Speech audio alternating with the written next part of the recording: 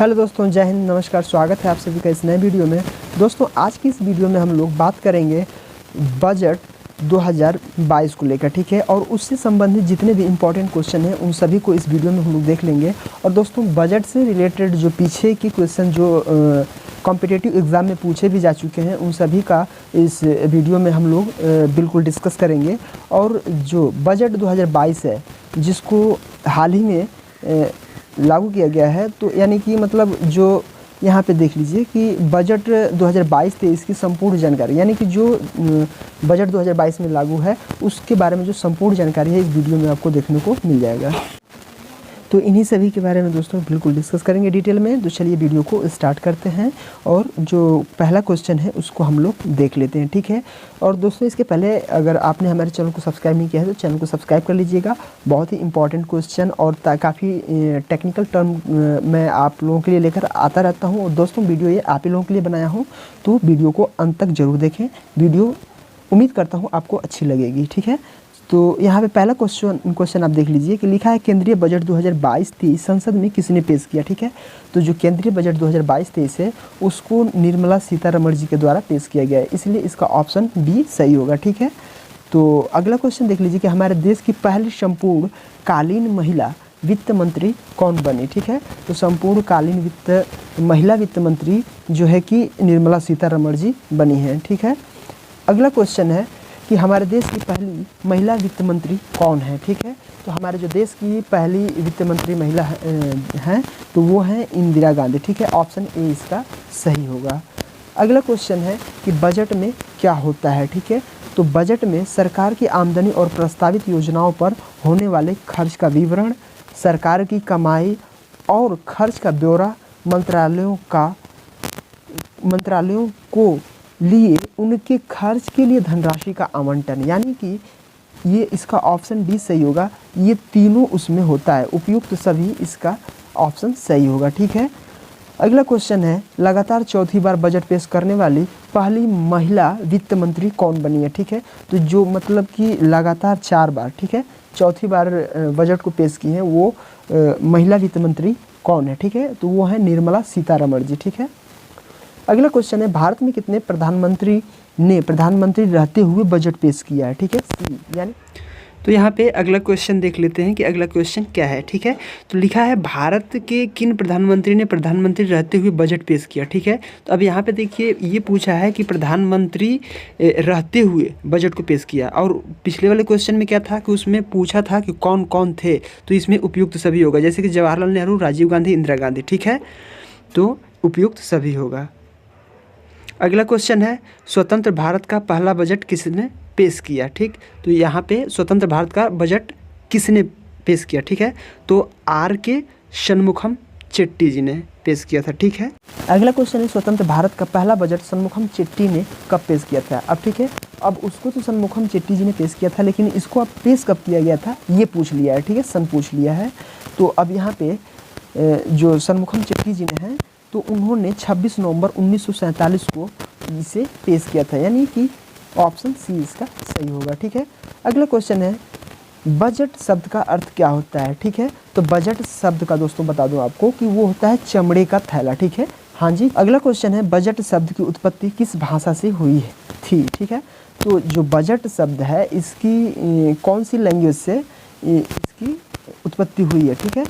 Latin, French, Urdu या इनमें से कोई नहीं, ठीक है। तो वो दोस्तों है फ्रेंच, ठीक है, फ्रेंच भाषा से इसकी उत्पत्ति हुई है। अगला क्वेश्चन है भारतीय बजट व्यवस्था का जनक किसे कहा जाता है, ठीक है। अब यहाँ पे देखिए भारतीय बजट व्यवस्था का जनक पूछा है, ठीक है। तो जो जनक हैं उन्हें जेम्स विल्सन जी को कहा जाता है, ठीक है। इसका ऑप्शन ए सही होगा। अगला क्वेश्चन है भारत में पहला बजट किसने पेश किया था। अब यहाँ पे ये देखिए कि पूछ लिया, वहाँ पे स्वतंत्र भारत था जी, मैंने आपको कहा था कि ध्यान दीजिएगा। तो यहाँ पे देखिए वो स्वतंत्र भारत था, यहाँ पे भारत में पूछा लिया है, ठीक है, भारत में पूछ लिया है। तो यहाँ पे देखिए ईस्ट इंडिया कंपनी के जेम्स विल्सन ने इसको पेश किया था, ठीक है। ऑप्शन ए इसका सही। और दोस्तों, वीडियो अच्छी लगेगी तो लाइक कर दीजिएगा, चैनल को सब्सक्राइब जरूर कर दीजिएगा, बेल नोटिफिकेशन को ऑन करके रखिएगा। अगला क्वेश्चन है भारत में पहला बजट कब पेश किया गया था। अब इसमें ये पूछा है कि कब पेश किया गया था जो बजट है, पहला बजट। जो भारत में पेश किया गया था, ठीक है। तो वो 18 फरवरी 1860 में पेश किया गया था, ठीक है। 18 फरवरी 1860 में पेश किया गया था। ऑप्शन ए इसका सही होगा।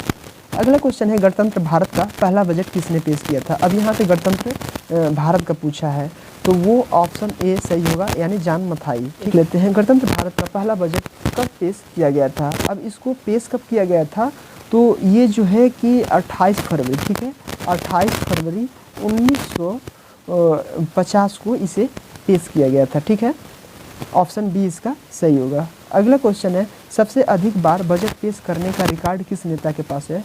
तो जो बजट है उसको सबसे अधिक बार पेश करने का रिकॉर्ड किस नेता के पास है, तो वो है मोरारजी देसाई जी के पास, ठीक है। इन्होंने अब 10 बार बजट को पेश किया था, ठीक है, 10 बार इन्होंने पेश किया था, इसलिए ऑप्शन ए इसका सही होगा, ठीक है। अगला क्वेश्चन है 18, ठीक है, 2017 के बाद बजट कब पेश किए जाने लगे, ठीक है। 1 फरवरी से ये बजट को पेश किया जाने लगा, ठीक है। ऑप्शन ए इसका सही होगा। 2017 से 1 फरवरी को ये बजट पेश किया जाता है। अंतिम बजट को क्या कहा जाता है, ठीक है, अंतरिम बजट को, या दोस्तों अंतरिम बजट को क्या कहा जाता है। Mini budget, vote on account, उपयुक्त दोनों, ठीक है। ये ऑप्शन सी इसका सही होगा, ये उपयुक्त दोनों कहा जाता है, ठीक है। मिनी बजट और वोट ऑन अकाउंट ये दोनों भी कहा जाता है, इसका ऑप्शन सी सही होगा। क्वेश्चन नंबर 20 है, संसद में कितनी बार पेपरलेस बजट को पेश किया गया है। दोस्तों इंपॉर्टेंट क्वेश्चन है ये, आप इसको याद कर लीजिएगा। तो पेपरलेस जो है कि बजट 2 बार पेश किया गया है, ठीक है। तो इसको जो है संसद में कुल मिलाकर 2 बार पेश किया गया, पेपरलेस बजट को पेश किया गया है। पहली बार 2021 में और दूसरी बार 2022 में। 22-23 बजट की संपूर्ण जानकारी को एक बार देख लेते हैं, ठीक, देख लेते हैं। इससे सबसे पहले देख लेते हैं डिजिटल करेंसी, डिजिटल करेंसी के बारे में। तो वित्त मंत्री ने अपने बजट भाषण में ऐलान किया कि वित्त मंत्री 2022-23 के दौरान भारतीय रिजर्व बैंक यानी कि आरबीआई डिजिटल करेंसी की शुरुआत करेगी। इन डिजिटल करेंसी का निर्मला सीतारमण ने डिजिटल रुपीज़ यानी डिजिटल रुपया कहा है, ठीक है। अब जो आरबीआई इसको करेंसी की शुरुआत करेगी उसको निर्मला सीतारमण जी ने डिजिटल रुपी कहा है, ठीक है। इससे क्वेश्चन बनेंगे आपके। तो अब यहाँ पे देख लीजिए कि क्रिप्टो करेंसी यानी एंड एनएफटी, ठीक है, एनएफटी। तो यहाँ पे है वित्त मंत्री निर्मला सीतारमण ने वर्चुअल डिजिटल एसेट्स यानी क्रिप्टो करेंसी और एनएफटी से होने वाली आय पर 30% की दर से टैक्स लगाने का ऐलान किया है, ठीक है।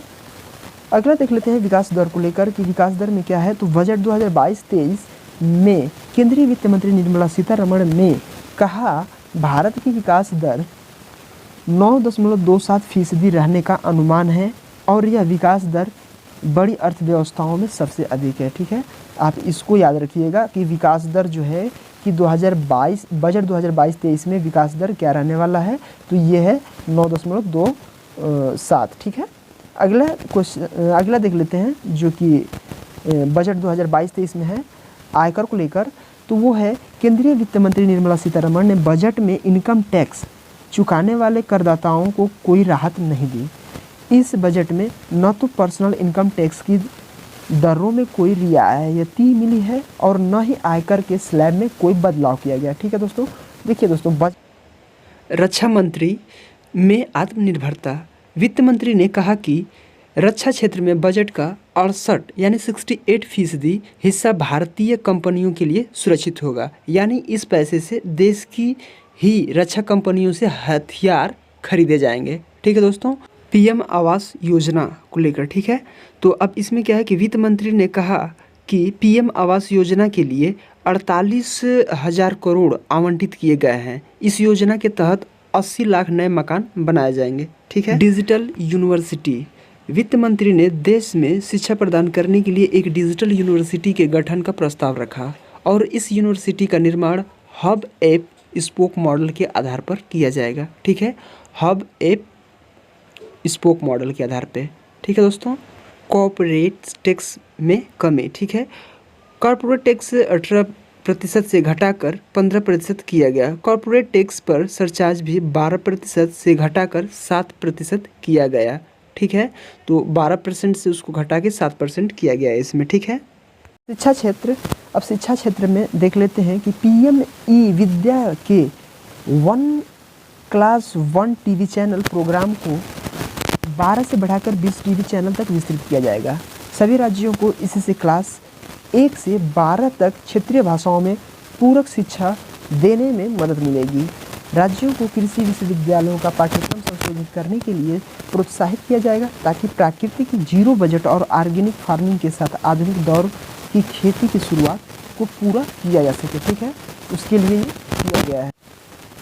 अब यहाँ पे देख लीजिए कि ये LTCG टैक्स, वित्त मंत्री निर्मला सीतारमण ने कॉर्पोरेटिव सोसाइटी जिनकी आमदनी 1 से 10 करोड़ के बीच में है, ठीक है, आप यहाँ देखिए 1 से 10 करोड़ के बीच में है, उन पर सरचार्ज को 12 से घटाकर 7% किया गया है। ठीक है, किसी भी LTCG टैक्स पर 15% से ज़्यादा सरचार्ज नहीं लगाया जाएगा। ठीक, यहाँ पे है NPS, नेशनल पेंशन स्कीम। ठीक है, तो इसको देख लेते हैं। राज्य कर्मचारी के लिए NPS नेशनल पेंशन स्कीम पर टैक्स राहत की सीमा 10% से बढ़ाकर 14% की जा रही है। यहाँ पे अगला है नई नौकरियों को लेकर कि वित्त मंत्री निर्मला सीतारमण का कहना है कि PLI की स्कीम को अच्छी सफलता मिली है। इससे अगले 5 साल में 60 लाख नई नौकरियों पैदा होने की संभावना है। ठीक है, नेक्स्ट है बजट के दौरान विकास के 4 पिलर। ठीक है, तो 4 पिलर का किसका जिक्र किया गया है? तो वित्त मंत्री ने बजट के दौरान विकास के 4 पिलर गिनाए हैं। इनमें से 1 साल में 25,000 किलोमीटर हाईवे बनाना है, हेल्थ इंफ्रा को मजबूत करना, 25 साल के लिए ग्रोथ का ब्लूप्रिंट तैयार करना शामिल है। 5G स्पेक्ट्रम क्या है? तो वित्त मंत्री ने कहा कि 2022 में 5G स्पेक्ट्रम की नीलामी करेंगी, लेकिन 5G सेवा 2023 में शुरू होगी और साथ ही यह भी ऐलान किया कि 2025 तक देश के सभी गांवों तक ऑप्टिकल फाइबर पहुंच जाएगा। ठीक है, अगला है राजकोषीय घाटा। राजकोषीय घाटा में क्या है? तो वित्त मंत्री 2021-22 में राजकोषीय घाटा 6.9% था, चूँकि अब 2022 और 23 में 6.4% रहने का अनुमान लगाया गया। ठीक है, पूर्वोत्तर के विकास के लिए अब क्या कहा गया है? वित्त मंत्री ने इस बजट में पूर्वोत्तर के विकास के लिए 1500 करोड़ रुपए आवंटित किए गए हैं। ठीक है, वर्चुअल डिजिटल एसेट में अब इसमें देख लेते हैं, कुछ पॉइंट वाइज करके इंपॉर्टेंट हैं, तो इसको देख लेते हैं। तो वर्चुअल डिजिटल एसेट्स में से आमदनी पर 30% टैक्स लगेगा। ठीक है, 30% का टैक्स लगेगा। तरासे और पॉलिश हीरे रत्नों पर सीमा शुल्क घटाकर 5% किया गया। पूर्वोत्तर के विकास के लिए नई योजना PM विकास पहल। ठीक है, डिजिटल भुगतान को बढ़ावा देने के लिए शुरू होंगे 75 डिजिटल बैंक। ई पासपोर्ट को 2022 में लॉन्च किया जाएगा। चिप आधारित ई पासपोर्ट जारी किए जाएंगे। 2047 तक भारत की आधी आबादी शहरों में रहेगी। ठीक है, तो दोस्तों 2022-23 बजट से जो संबंधित जो जानकारी थी उसको मैंने आपको बताया, और कुछ इसी प्रकार से अब आगे क्वेश्चन कुछ और देख लेते हैं, जो 2-4 क्वेश्चन और भी इस पर देख लिया जाता है। ठीक है, इंपॉर्टेंट जो क्वेश्चन है तो उनको देख लिया जाता है। ठीक, बजट 2022 के वित्तीय वर्ष के लिए पेश हुआ है। ठीक है, तो ऑप्शन ए है इसका 2022 और 23 के लिए। ठीक है, 2022 और 23 के लिए यह पेश हुआ है। ठीक है, ऑप्शन ए इसका सही होगा। अगला क्वेश्चन है केंद्रीय बजट 2022-23 संसद में कब पेश किया गया? ठीक है, तो ये जो 2022 और 23 का जो बजट है ये कब पेश किया गया? ठीक है, तो ये दोस्तों है 1 फरवरी को पेश किया गया। ठीक है, 1 फरवरी का, यानी कि इसका ऑप्शन सी सही होगा। ठीक, अगला क्वेश्चन है संविधान के किस अनुच्छेद में बजट शब्द का प्रयोग हुआ है? ठीक है, तो बजट शब्द का प्रयोग किस अनुच्छेद में हुआ है? 12 या 143 या 123 अनुच्छेद में। ठीक है, तो दोस्तों जो बजट शब्द का प्रयोग है वो किसी भी अनुच्छेद में नहीं किया गया है। ऑप्शन डी इसका सही होगा। ठीक है, अगला क्वेश्चन है संविधान में बजट शब्द की जगह क्या प्रयोग किया गया? अगर संविधान में बजट शब्द का प्रयोग नहीं है तो उसके जगह पे क्या चीज़ का किस शब्द का प्रयोग किया गया है? वार्षिक वित्तीय विवरण, एनुअल फाइनेंशियल स्टेटमेंट, इन दोनों का अनुच्छेद में प्रयोग, संविधान में प्रयोग किया गया। ठीक है, तो इसका ऑप्शन सी सही होगा। अगला क्वेश्चन है और लास्ट क्वेश्चन ये है कि वार्षिक वित्तीय विवरण का जिक्र संविधान के किस अनुच्छेद में है? ठीक है, किस अनुच्छेद में वार्षिक वित्तीय विवरण का जिक्र है? ठीक है, तो वो 112 अनुच्छेद 112 में इसका जिक्र है। ठीक है, तो आई होप दोस्तों ये वीडियो आपको अच्छी लगी हो। दोस्तों वीडियो अच्छी लगी तो लाइक कर दीजिए, चैनल को सब्सक्राइब कर दीजिए, और वीडियो को शेयर जरूर कर दीजिए। आज के लिए इतना ही दोस्तों, मिलते हैं आपसे अगले वीडियो में, तब तक के लिए जय हिंद जय भारत।